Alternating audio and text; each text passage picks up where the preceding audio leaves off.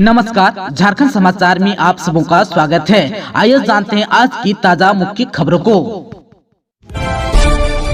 दुमका में paramedical course में 39 में 28 छात्र छात्राओं का हुआ नामांकन, पढ़ाई शुरू। दुमका के दिघी स्थित फूलो झानो मेडिकल कॉलेज में पैरामेडिकल कोर्स के प्रथम बैच की पढ़ाई के लिए 28 छात्र छात्राओं का नामांकन हुआ, जिसका पठन पाठन शुरू हो चुका है। पैरामेडिकल कोर्स के कोऑर्डिनेटर डॉक्टर नंद किशोर करमाली ने बताया कि JCECE बोर्ड द्वारा 39 छात्र छात्राओं का चयन किया था। कागजातों की जांच के बाद 28 अभ्यर्थियों का नामांकन किया गया है। डिप्लोमा कोर्स में 2 साल का पाठ्यक्रम चलेगा। नए कोर्स में प्रथम वर्ष थ्योरी और द्वितीय वर्ष में प्रैक्टिकल की पढ़ाई होगी। इसमें DMLT में 20, OT असिस्टेंट में 5, ऑप्थाल्मिस्ट असिस्टेंट 2 और ECG टेक्नीशियन में 1 अभ्यर्थी का दाखिला हुआ है। नामांकन कराने वालों में 15 छात्र और 13 छात्राएं शामिल हैं। प्रत्येक दिन सुबह 9 से शाम 4 बजे तक पढ़ाई होती है। डॉक्टर करमाली ने कहा कि छात्र छात्राएं मेहनत और लगन से पढ़ाई करें तो चिकित्सा के क्षेत्र में रोजगार के अवसरों की कमी नहीं है। अब झारखंड में 4 साल का होगा B.Ed। सत्र 2024-25 से 2 वर्षीय कोर्स बंद। नई शैक्षणिक सत्र से B.Ed 4 साल का होगा, क्योंकि शैक्षणिक सत्र 2024-25 से 2 वर्षीय B.Ed कोर्स बंद कर दिया गया है। National council for teachers education ने नोटिस जारी कर कहा कि सत्र 2024-25 से 2 वर्षीय B.Ed कोर्स की मंजूरी नहीं दी जाएगी। ऐसा नई शिक्षा नीति लागू होने के कारण किया गया है। वहीं 4 वर्षीय B.Ed कोर्स के BA, B.Ed, BSc, B.Ed तथा BCom B.Ed का नाम भी बदल दिया गया है। अब इसका नाम इंटीग्रेटेड टीचर्स एजुकेशन प्रोग्राम रखा गया है। PM मोदी 13 जनवरी को आ सकता है धनबाद, जाने क्या है इसकी वजह। प्रधानमंत्री नरेंद्र मोदी 13 जनवरी को धनबाद आ सकते हैं। सूत्रों के अनुसार इस दिन प्रधानमंत्री धनबाद के सिंदरी स्थित उर्वरक कारखाना हर्ल का उद्घाटन करेंगे। बता दें कि सिंदरी में स्थित उर्वरक कारखाना 31 दिसंबर 2002 को ही बंद हो गया था। बाद में यहां गैस आधारित उर्वरक कारखाने का निर्माण कराया गया है। आप सबको बता दूं कि प्रधानमंत्री नरेंद्र मोदी 15 जनवरी को वीडियो कॉन्फ्रेंसिंग के जरिए गुमला जिले के आदिम जनजाति लोगों से बात भी करेंगे। वह उनसे गाँव के विकास, रहन सहन और PM जनमन योजना से मिल रहे लाभों की जानकारी लेंगे। जरूरतमंद किसानों को दे किसान क्रेडिट कार्ड का लाभ, LDM ने कहा। देवघर के सोनाराय डाड़ी प्रखंड मुख्यालय में शनिवार को BLBC की बैठक BDO कुंदन भगत की देखरेख में की गई, जिसमें प्रखंड क्षेत्र के तीनों बैंकों के शाखा प्रबंधन ने भाग लिया। बैठक में LDM राजीव कुमार ने कहा कि प्रखंड क्षेत्र के अधिक से अधिक जरूरतमंद किसानों को किसान क्रेडिट कार्ड योजना से लाभान्वित किया जाए। साथ ही सरकार की योजनाएं जैसे अटल पेंशन योजना, प्रधानमंत्री सुरक्षा बीमा योजना, प्रधानमंत्री जीवन ज्योति योजना समेत कई योजनाओं के बारे में लोगों को जागरूक किया जाए, ताकि लोगों को भविष्य में योजनाओं का लाभ मिल सके। वहीं महिलाओं का स्वरोजगार से जोड़ने को लेकर समूह बनाकर महिलाओं को ऋण मुहैया कराने का निर्देश भी दिया, ताकि महिलाएं अपना स्वरोजगार कर सके। बैठक में LDM राजीव कुमार, SBI के शाखा प्रबंधक अश्विनी कुमार, वनांचल ग्रामीण बैंक के शाखा प्रबंधक नंद कुमार, केनरा बैंक के शाखा प्रबंधक Anoop Kumar, BPO Amit Kumar Bhagat, BTM Rajesh Kumar, Vivek Kumar, JSLPS के नवदीप शर्मा समेत कई पदाधिकारी मौजूद थे। झारखंड में आदिवासी विरोधी नीतियों के खिलाफ 4 को होगी एकता महारैली। भाजपा RSS की आदिवासी विरोधी नीतियों और आदिवासी समुदाय को आपस में लड़ाने के षड्यंत्र के खिलाफ आदिवासी एकता महारैली 4 फरवरी को मोरहाबादी मैदान में होगी। यह जानकारी संयोजक लक्ष्मी नारायण मुंडा, शिवा कश्यप, तिरिस मुंडा और डब्लू मुंडा ने करमटोली स्थित केंद्रीय धुमकुड़िया में दी। उन्होंने कहा कि आदिवासियों पर चौतरफा हमला हो रहा है। आदिवासी समुदाय को धर्म, जाति और समुदाय के नाम पर आपस में लड़ाने की कोशिश हो रही है। आदिवासियों के खिलाफ ये हमले जमीनी स्तर पर कॉर्पोरेट, औद्योगिक, पूंजीपति वर्ग, सवर्ग सामंती ताकतों, जातीय गिरोह, आपराधिक गुटों, जमीन माफिया द्वारा लगातार हो रहा है। उन्होंने कहा कि ऐसे में आदिवासी समुदाय के लोगों की चट्टानी एकता की जरूरत है। इसी उद्देश्य को लेकर आदिवासी एकता महारैली आयोजित की गई है। इसकी तैयारी को लेकर 31 सदस्यीय संयोजक समिति बनाई गई है। आयोजन समिति के सदस्य झारखंड के सभी जिलों और आदिवासी समुदाय के लोगों तक पहुंचकर आदिवासियों के खिलाफ किए जा रहे षड्यंत्र के बारे में बताएंगे। इसके लिए 15 जनवरी को रांची में आदिवासी जीवियों का एक सम्मेलन होगा। लातेहार में वन पट्टा का हो रहा है दुरुपयोग, जांच की मांग। लातेहार के अलोदिया पंचायत अंतर्गत सरलाही गांव में शनिवार को जल, जंगल और जमीन बचाने को लेकर ग्रामीणों की बैठक हुई। अध्यक्षता ग्राम प्रधान प्रभु तूरी ने की। इस दौरान वन पट्टा को लेकर चर्चा की गई। ग्रामीणों ने कहा कि इन दिनों वन पट्टा के नाम पर जंगल उजाड़े जा रहे हैं। वन पट्टा का दुरुपयोग हो रहा है। सक्षम लोग भी जंगल उजाड़कर वन पट्टा का लाभ ले रहे हैं। अवैध तरीके से जंगल की कटाई हो रही है। अलोदिया पंचायत में वन पट्टा बांटने का धंधा चल रहा है। कई सक्षम लोगों को इसका लाभ यहाँ दिया गया है। बैठक में ग्रामीणों ने 1 वर्ष से जरूरतमंदों को ही वन पट्टा मुहैया कराने, दूसरे पंचायत के किसी भी व्यक्ति को अयोध्या में वन पट्टा नहीं देने, वन को उजाड़े जाने पर इसकी सूचना प्रशासन को देने तथा वन पट्टा के लाभुकों की जांच कराने की प्रशासन से मांग की है। पाकुड़ में सोहराय पर्व के जरिए आदिवासी समुदाय के लोग एकता और सौहार्द का देते हैं संदेश। पाकुड़ में सोहराय पर्व के माध्यम से आदिवासी समुदाय के लोग एकता एवं सौहार्द का संदेश देते हैं। यह एक ऐसा त्योहार है जिसमें भाईचारा, एकता, सामूहिक खान पान करने का मौका मिलता है। यह पर्व परिवार और प्रकृति से जुड़ा हुआ है। इस पर्व में जीवन यापन से जुड़ी एवं जरूरत से जुड़ी सभी चीजों की पूजा की जाती है। सोहराय पर्व हमारी सभ्यता और संस्कृति का प्रतीक है। यह पर्व पालतू पशु और मानव के बीच गहरा प्रेम स्थापित करता है। किसान अपने खेतों में पशुधन के सहयोग से धान की फसल होने की खुशी में यह पर्व मनाते हैं। झारखंड के सबसे बड़े मेले में खादी के कपड़ों पर मिलेगा बम्पर डिस्काउंट, हेमंत सोरेन करेंगे उद्घाटन।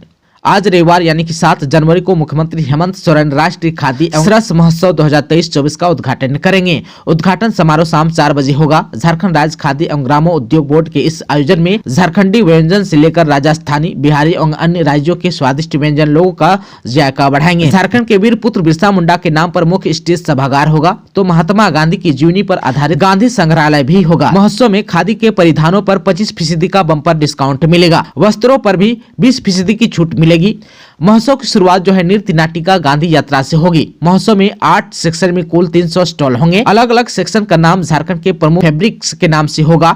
खादी मेला में आने वाले लोगों के लिए on the spot health checkup camp भी लगाया जाएगा। मेले में कारपेट एरिया में कालीन, फर्नीचर और कुकरी आइटम्स भी होंगे। रांची पहुंची जर्मनी महिला हॉकी टीम का इस अंदाज में हुआ स्वागत, नाचने लगी महिला खिलाड़ी। झारखंड की राजधानी रांची में आयोजित होने वाले FIH हॉकी ओलंपिक क्वालिफायर्स रांची 2024 के लिए टीमों का आना जारी है। शनिवार यानी कि 6 जनवरी की रात को जर्मनी विमेंस हॉकी टीम की खिलाड़ी रांची पहुंची। यहां उनका स्वागत झारखंडी संस्कृति के अनुरूप किया गया। झारखंड की महिलाओं के स्वागत नृत्य से मेहमान खिलाड़ी इस कदर अभिभूत हो गए कि वे भी उनके साथ नाचने लगी। जर्मनी की खिलाड़ियों ने कहा कि वह पूरे दमखम के साथ रांची में खेलेंगी। उनका एकमात्र उद्देश्य पेरिस ओलंपिक के लिए क्वालिफाई करना है। कप्तान निक लॉरेंस के नेतृत्व में रांची पहुंची विश्व की नंबर 5 टीम जर्मनी को पूल ए में रखा गया है। यह टीम अपना पहला मैच 13 जनवरी को चिली के खिलाफ अपना पहला मैच खेलेगी। दूसरा मैच जापान के साथ 14 जनवरी को और 16 जनवरी को चेक रिपब्लिक के साथ तीसरा मैच खेलेगी। रांची में गर्मजोशी के साथ हुए स्वागत से अभिभूत जर्मनी के कप्तान निक लॉरेंस ने कहा कि हम यहां आकर बेहद ही उत्साहित हैं। हमारी टीम में युवा और अनुभवी खिलाड़ी का मिश्रण है। हमारी टीम बहुत बेहतरीन है, इसलिए हम इस टूर्नामेंट में बेहतरीन खेल का प्रदर्शन करेंगे और अधिकतम मैच जीतने का कोशिश करेंगे। पतरातू में आजसू केंद्रीय समिति की बैठक में बोले सुदेश महतो, हेमंत सोरेन ने खत्म कर दी सरकार की गरिमा। आजसू पार्टी के केंद्रीय अध्यक्ष सुदेश कुमार महतो ने कहा कि हेमंत सोरेन सरकार ने अपनी गरिमा खो दी है। इस साल सरकार की विदाई तय है। राज्य अपनी पहचान खो रहा है। इस बिगड़े हालात से राज्य को उबारने की बड़ी जिम्मेदारी आजसू पार्टी पर है। पतरातू लेक रिसोर्ट में आयोजित पार्टी के केंद्रीय कमेटी की बैठक सह शपथ ग्रहण समारोह में आजसू के प्रमुख नेता ने यह बातें कही। पार्टी महाधिवेशन के बाद गठित नई केंद्रीय कमेटी की बैठक सह शपथ ग्रहण समारोह में सुदेश कुमार महतो ने सरकार के क्रियाकलापों पर जमकर हमला बोला। साथ ही पार्टी के पदाधिकारियों ने कहा कि सत्ता का दुरुपयोग करने वाले सरकार को सत्ता से बेदखल करने की बड़ी जिम्मेदारी आजसू पर है। देवघर में पीडीएस दुकानदारों की हड़ताल 7वें दिन भी जारी। देवघर के मोहनपुर प्रखंड क्षेत्र के 126 पीडीएस दुकानदार संघ के निर्देशानुसार सरकार से विभिन्न मांगों को लेकर 1 जनवरी से अनिश्चितकालीन हड़ताल पर चले गए हैं। इससे प्रखंड क्षेत्र के 32,000 राशन कार्डधारी अनाज लेने से वंचित हो रहे हैं। 4 जनवरी को ई-पॉस मशीन राशन कार्डधारियों के वितरण के लिए खोला गया, लेकिन मशीन से वितरण के लिए खोलने के 3 दिन बाद भी पीडीएस दुकानदारों ने ई-पॉस मशीन से लॉगिन भी नहीं की और हड़ताल जारी रखी है। दिल का दौरा पड़ने से कर्मचारी की हुई मौत, परिजनों को मिलेंगे 70 लाख रुपये। टाटा मोटर्स में बेटी को अस्थायी नौकरी।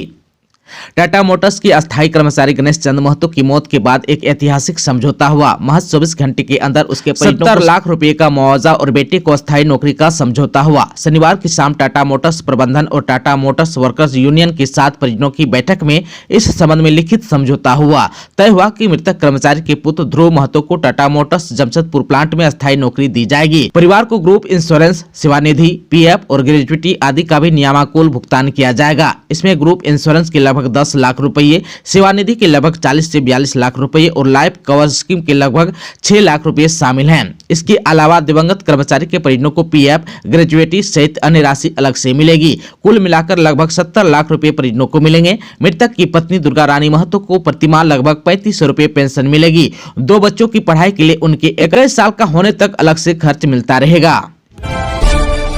जामताड़ा के सांसद सुनील सोरेन की अध्यक्षता में समाहरणालय सभागार में दिशा कमेटी की हुई बैठक, कही अहम बात। समाहरणालय सभागार में सांसद सुनील सोरेन की अध्यक्षता में जिला विकास समन्वय एवं निगरानी समिति की बैठक हुई। इस दौरान विभिन्न विभागों के विकास योजनाओं की समीक्षा हुई। सांसद ने कहा कि दिशा विकास योजनाओं के कार्यान्वयन का महत्वपूर्ण माध्यम है। इससे प्रशासन और जनप्रतिनिधियों में समन्वय स्थापित करने में सहायता प्राप्त होता है। विकास की प्रक्रिया को अपेक्षित गति मिलती है। कहा कि आपसी समन्वय विकास में उत्प्रेरक की भूमिका निभाता है। हम सबको मिलजुल कर समस्याओं का निदान करना चाहिए। सांसद ने विभागवार कार्यान्वित विकास योजनाओं के अद्यतन भौतिक और वित्तीय प्रतिवेदनों की समीक्षा की।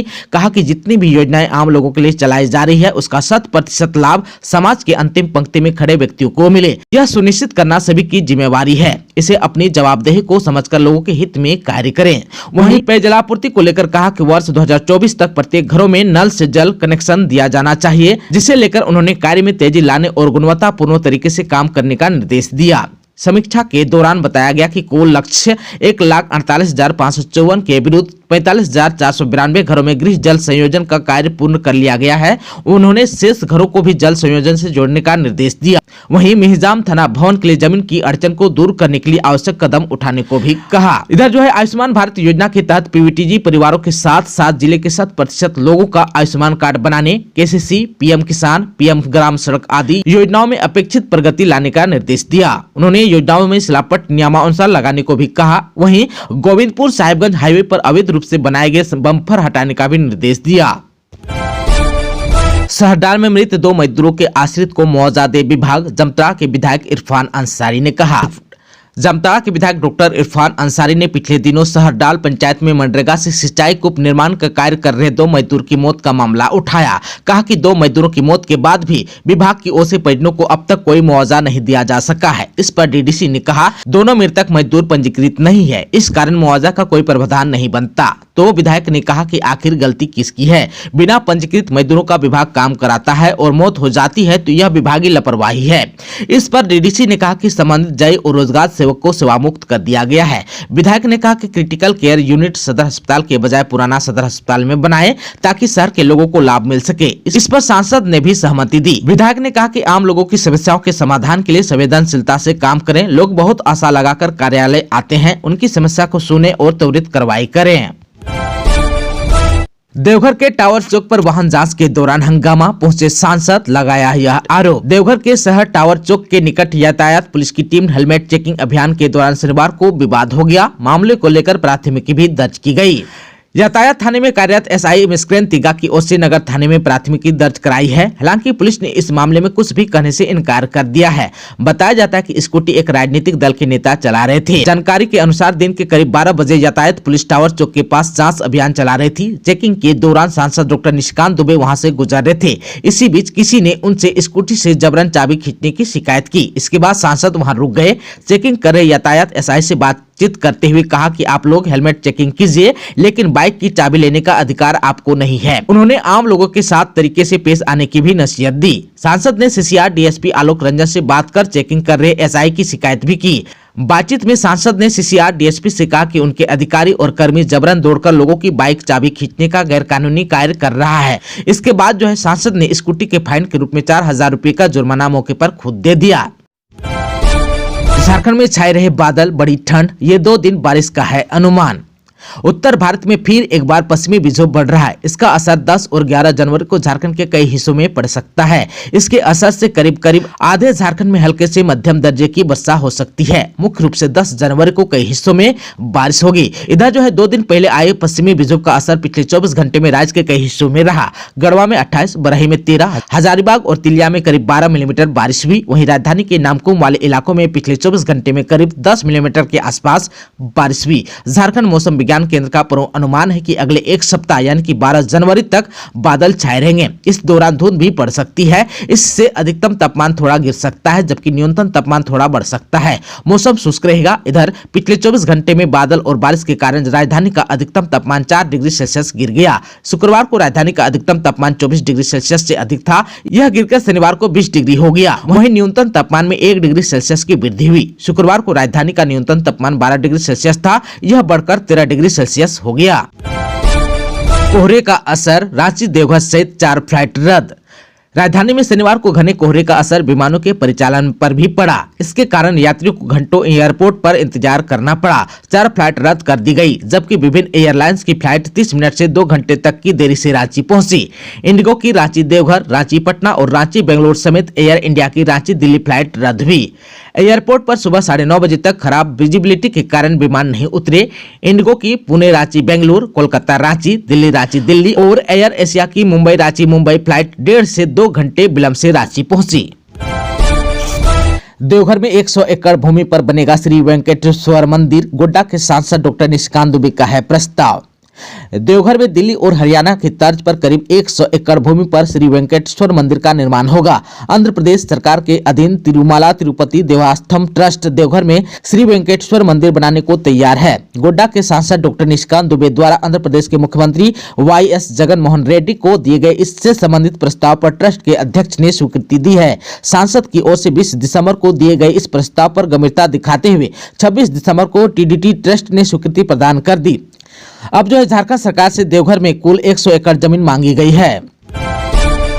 विकास योजनाओं में गुणवत्ता का रखें ध्यान, बीडीओ ने कहा। जामताड़ा के कुंडित बीडीओ जमाली राजा ने पलाजोड़ी, विक्रमपुर और बनकाठी पंचायत का दौरा किया। यहां संचालित विकास योजनाओं का निरीक्षण किया। उन्होंने कनीय अभियंता सहित अन्य कर्मियों को योजनाओं में गुणवत्ता का विशेष तौर पर ध्यान रखने का निर्देश दिया। कहा कि योजनाओं में गुणवत्ता से किसी प्रकार की समझौता नहीं किया जाएगा। बीडीओ ने 15वें वित्त निधि के तहत सालुका में निर्माणाधीन PCC सड़क चबूतरा, विक्रमपुर में स्नान घाट और कना केंद्र में कूप मरम्मत कार्य का जायजा लिया। योजनाओं की स्थिति संतोषजनक पाई गई। दोस्तों, अभी तक आपने चैनल को सब्सक्राइब नहीं किया है तो प्लीज चैनल को सब्सक्राइब कर बेल आइकन को प्रेस कर दीजिएगा ताकि खबरों का अपडेट आपको मिलता रहेगा। इसके साथ ही आज के खबरों में बस इतना ही। हमें दीजिए इजाजत। नमस्कार।